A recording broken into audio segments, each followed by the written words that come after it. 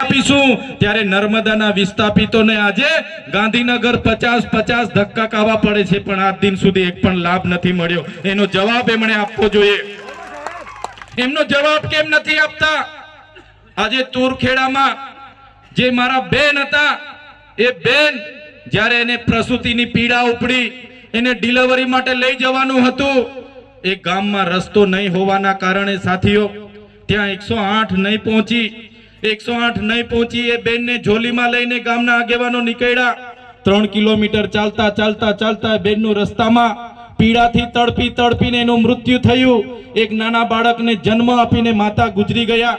ત્યારે અમે ઘરે ગયા, એ બેનને મળ્યા, એના પરિવારને મળ્યા, અને એ બેનના પરિવારનું નાનું બાળક અમે જોયું. જ્યારે એની દુઃખ અમે મહેસૂસ કરીએ છીએ, ત્યારે આ વિસ્તારમાં આવીને એ વિસ્તારના લોકોનો રોડ બને એના માટે અમે આવીને તમને રજૂઆત કરીએ છીએ. અહીંના નેતાઓ કહે છે કે ચૈતર વસાવા તુરખેડા કેમ આવ્યા? તો આ તુરખેડાના લોકોને આજ દિન સુધી તમે તમારા મત બેંક તરીકે ઉપયોગ કર્યો છે. એ બહેનોને ક્યારે તમે પોતાની બહેનો માની નથી. આ વિસ્તારના લોકોને ક્યારે તમે પોતાના લોકો માન્યા નથી. એટલા માટે જ આજે પણ તમે રસ્તા બનાવ્યા નથી. અને એ લોકોનું દુઃખ જ્યારે અમે મહેસૂસ કરીએ છીએ, ત્યારે અમે દોડતા આવીએ છીએ એમના દુઃખમાં સહભાગી થવા માટે. તમે કેમ ત્યાં નથી જતા? તમે કેમ રસ્તા નથી બનાવતા? ત્યારે એ નેતાઓને કહેવા માંગુ છું, તે દિવસે તમારી પોતાની બેન, જે દિવસે તમારી પોતાની દીકરી આ પ્રકારની એમ્બ્યુલન્સ ન પહોંચવાથી ઝોલીમાં લઈ જતા જતા મૃત્યુ પામશે ને, તે દિવસે તમને ખબર પડી જશે કે આ વિસ્તારના લોકોનું દુઃખ શું છે.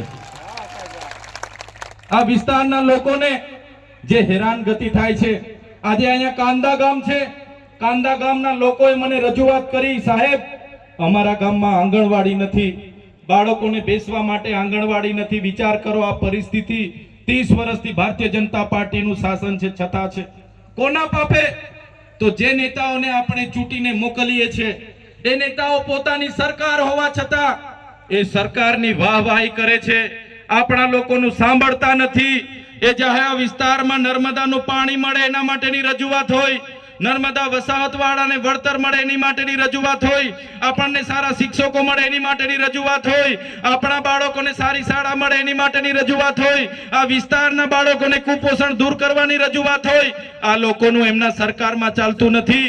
આ લોકો અહીંયા આવીને તમારી સામે દાદાગીરી કરે છે, પણ સરકારમાં આ લોકોનું ચાલતું નથી. આ લોકો ચાવીથી ચાલતા રમકડાની જેમ જ છે, બીજું કંઈ આ લોકોથી થવાનું નથી.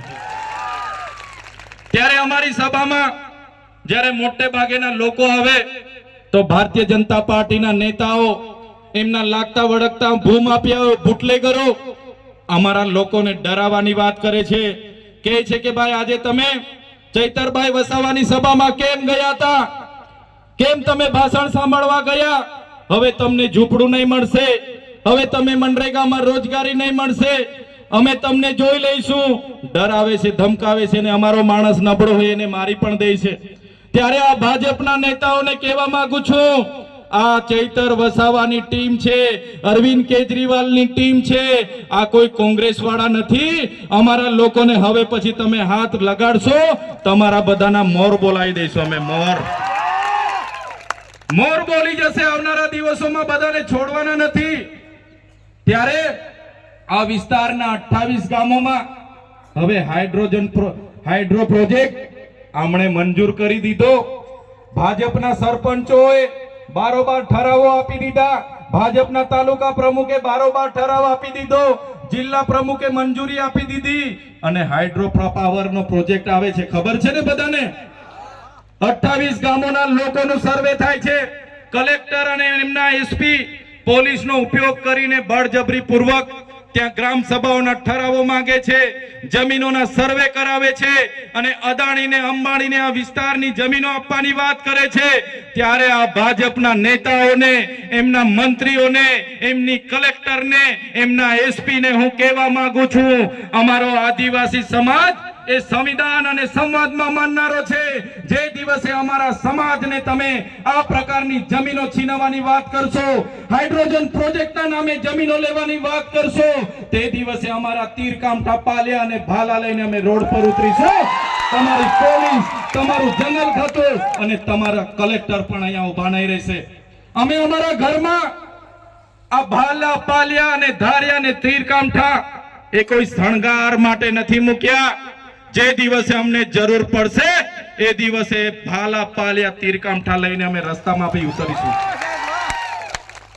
અમારા લોકો આદિ અનાદિ કાળથી આ વિસ્તારના જંગલોમાં રહે છે અને આ જંગલ ખાતાના અધિકારીઓ આવે છે, ડરાવે છે, ધમકાવે છે, મારે છે, ખેડવા નથી દેતા, પાક નુકસાનીને કરે છે, પાક કાઢી નાખે છે. ત્યારે જંગલ ખાતાના અધિકારીઓને પણ કહેવા માંગુ છું, તમારું જંગલ ખાતાનો સંરક્ષણ ધારો અંગ્રેજો દરમિયાન 1862 માં બન્યો. તમારું જંગલ ખાતું 1927 માં બન્યું.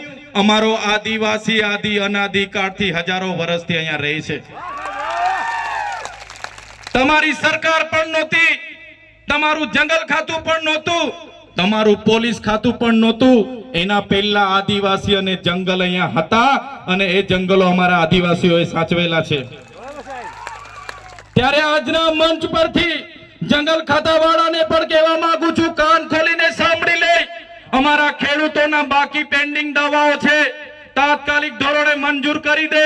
જેટલા પણ અમારા ખેડૂતો જંગલની જમીન ખેડે છે એમને હેરાન કરવાનું બંધ કરી દે. નહીં તો જે દિવસે અમે આ રસ્તા પર ઉતરીશું ને તે દિવસે તમારું જંગલ ખાતું પણ અહીંયા નજરે નથી પડવાનું.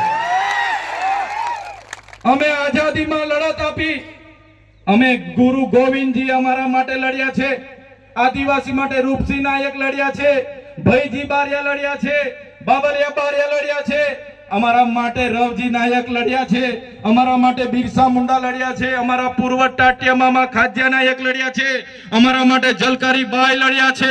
જે પણ આઝાદીના લડતમાં અમારું યોગદાન હતું, આઝાદી પછી પણ અમારું યોગદાન એટલું બધું છે. અમે નર્મદા ડેમોમાં અમારી જમીનો આપી, અમે એની નહેરોમાં જમીનો આપી, આ વિસ્તારના રોડ રસ્તામાં જમીનો આપી, કોરિડોર અને નેશનલ હાઈવેમાં જમીનો આપી, અમે સ્ટેચ્યુ ઓફ યુનિટીમાં જમીનો આપી, અમે તમામ જગ્યાએ દેશના વિકાસ માટે જમીનો આપી. અને આજે અમારા લોકોને ફરી વિકાસના નામે વિનાશ તરફ લઈ જવાની વાત કરશો તો આ વિસ્તારમાં હવે સંવિધાન અને સંવાદની વાત નથી, આ વિસ્તારમાં હવે આરપારની લડાઈઓ કરવા માટે અમે તૈયાર છે. જે દિવસે જરૂર પડશે અમે અમારા ઓજારો સાથે ગાંધીનગર તરફ પણ કૂચ કરીશું અને અમને જરૂર પડશે એ દિવસે ગાંધીનગરમાં નેપાળવાડી કરવા માટે પણ અમારી તૈયારી છે. અમે કોઈનાથી ડરતા નથી અને અમારા તમારા જેવા ખાણ માફિયાઓ બુટલેગરો ના સહારે અમારું કમલમ અમારું ચાલતું નથી. ત્યારે આ વિસ્તારોમાં મનરેગા નામે કૌભાંડો થયા, નલ સે જલના નામે કૌભાંડો થયા, આપણા બાળકોને શિષ્યવૃત્તિ મળે એના માટે અમે અવાજ ઉઠાવ્યો, આ વિસ્તારમાં રોડ રસ્તા બને એના માટે અવાજ ઉઠાવ્યો, નર્મદાના લોકોને વળતર મળે એના માટે અવાજ ઉઠાવ્યો, કેવડિયામાં જ્યારે ઝૂંપડા તૂટતા હતા એના માટે અવાજ ઉઠાવ્યો. આ વિસ્તારના લોકોનો અવાજ અમે સડકથી લઈને સદન સુધી બોલીએ. એટલે આ ભારતીય જનતા પાર્ટીની સરકારને એમના નેતાઓને ગમતું નથી. સાથીઓ, તમે બધાએ જોયું હશે, અમને પણ જેલોમાં મોકલવામાં આવ્યા. એક વાર નથી, ચૈતરભાઈ વસાવા પર 19 વાર ખોટી FIR કરવામાં આવી છે. છતાં ચૈતરભાઈ વસાવા એટલા હિંમતથી લડે છે, એટલી તાકાતથી લડે છે કેમ કે ચૈતરભાઈ વસાવા સાથે તમારા જેવા વડીલો અને યુવાનો અને માતા બહેનોના આશીર્વાદ છે.